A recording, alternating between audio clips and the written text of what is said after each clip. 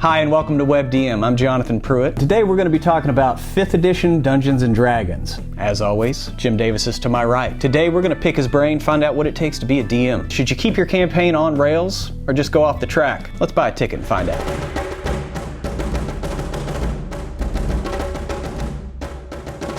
I'm going to ask you about plotting. Okay. Moving forward in a campaign. Do you enjoy working on the railroad, or do you like something a little more organic? I think railroading for a DM can be a touchy subject, because if the players find out that they're in an adventure on rails, most of the time they either check out or they start doing things to derail the game. You know, for me, railroading at the heart of it is about the DM being a little bit apprehensive about ceding some of their control to the players. And so the worst cases of railroading involve DMs ignoring what their players are trying to do. Something is going to happen the dragon is going to attack the town regardless of what the players do. Did the players kill the dragon? Dragon comes back, kills the town. Right. You know, that's like the most extreme case of railroading that I can think of. I don't like it because it feels like I'm dragging the players at my table along for a ride.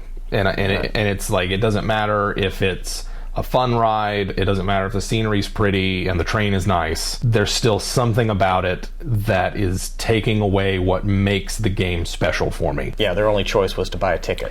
Exactly. They made a character and that was the only, everything else is just fight this guy, fight this guy, fight this guy, do this thing, find this thing, do that, whatever. The opposite, a completely player-driven game, is also tricky because you've got to get a bunch of players to work with one purpose and make decisions as a group, and that can take some time. And also, there can be times when you as a DM feel like that why are you even really there? All they need is monster cards and where to put them, and then they'd be fine without me.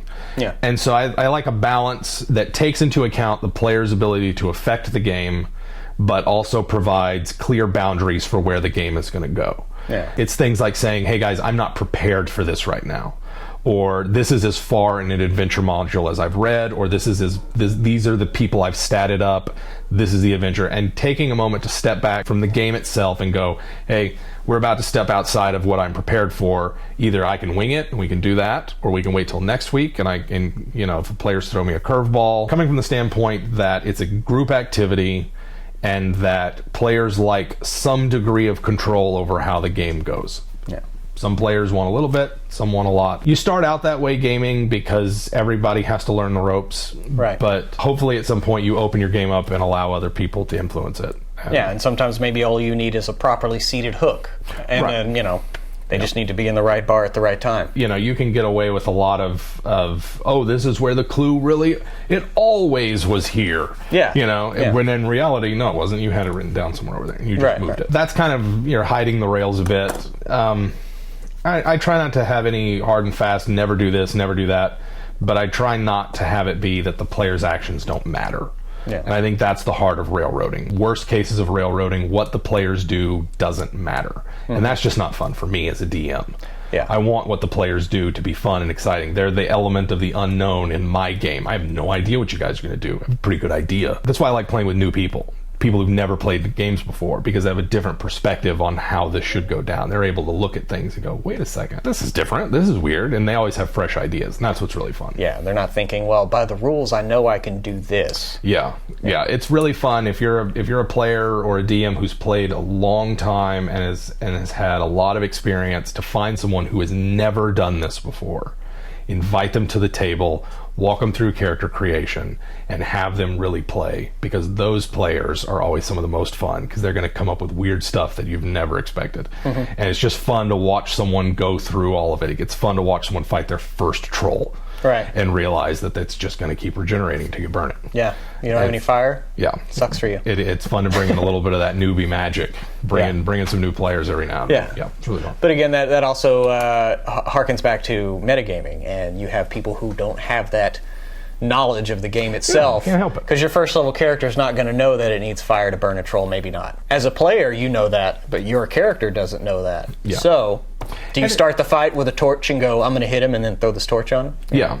And it's, you know, there's a lot of things about metagaming that you can fix by saying something like, well, we'll take the example of the troll because it's kind of a classic one. In D&D, trolls are only harmed by fire or acid. That should be a known thing about them in the world. Like, it should be, character can go read in a book. Yeah. Bring a torch when you're fighting a troll. Yeah. Like, it shouldn't be that big of a mystery. But if they randomly encounter one in the middle of nowhere, never fought one, and they otherwise wouldn't have any background knowledge, it starts to break that suspension of disbelief that I enjoy when the player immediately goes, I spark up a torch. It's like, all right, I'm not going to make a big deal out of it. Yeah. But. So, Jim, when it comes to treasure, do you give till it hurts? Or is it too much of a good thing? They're going to definitely be too much of a good thing. I mean, I think that you want a Goldilocks. You want not too much, not too little, just right.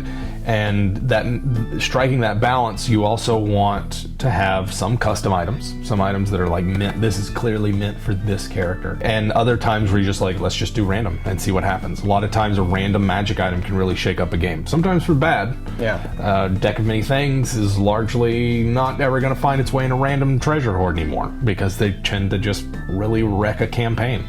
But it also can be kind of awesome. But also can be fun. Thanks again for watching WebDM. We're going to have new ones every Wednesday. Tell your friends. Come back next week.